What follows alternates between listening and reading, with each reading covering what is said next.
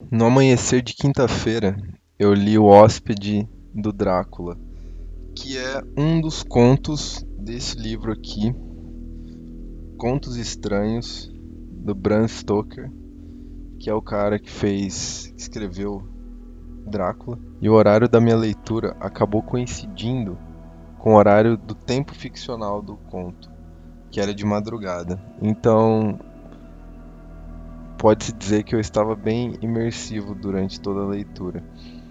E ultimamente eu venho escrevendo contos de terror. Eu tenho um plano de lançar um livro, provavelmente ano que vem, até o Halloween de ano que vem.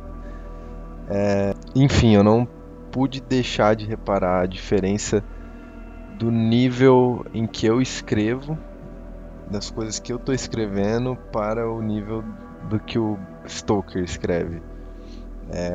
Enfim, não tem nem comparação, né? Mas quando você está fazendo, você acaba se comparando, não tem como.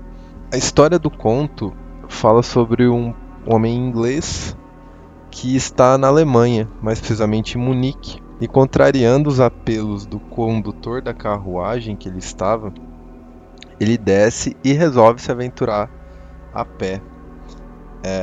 E ele vai em direção a um velho vilarejo, onde o condutor deixa muito claro para ele que ele não devia ir, e é um vilarejo abandonado. Só que durante a caminhada dele até o vilarejo, ele é pego por uma nevasca. E ele fica cansado, perdido e quase que soterrado na neve. Então ele desmaia e depois ele acorda para ver um lobo enorme em cima dele, lambendo seu pescoço. Depois ele desmaia de novo após se deparar com essa cena e ele vai acordar ouvindo os uivos do lobo que uivava para um grupo de soldados que estava na floresta por algum motivo.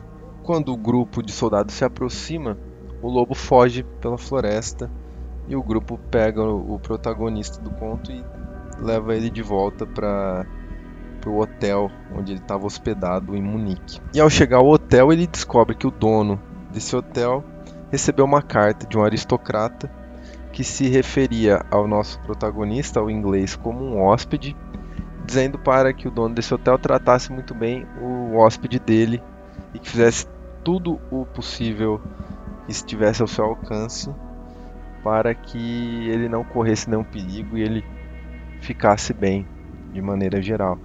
Então, logo que ele percebeu que o cara tinha ido para aquela vila abandonada e amaldiçoada, ele prontamente acionou esse grupo de soldados que foram em busca dele. Então, por isso que ele foi resgatado. Obviamente, a gente percebe que a carta era do Conde Drácula e o conto termina com essa sensação presagiosa de que o nosso personagem em questão está sob um efeito de uma espécie de uma proteção amaldiçoada mágica.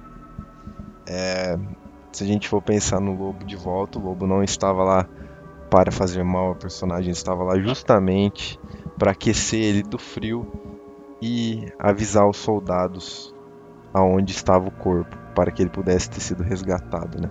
Eu recomendo que vocês leiam esse livro, se você gosta de contos de terror, porque o Bram Stoker está muito inspirado em alguns deles, não todos, mas alguns são perfeitos para mim.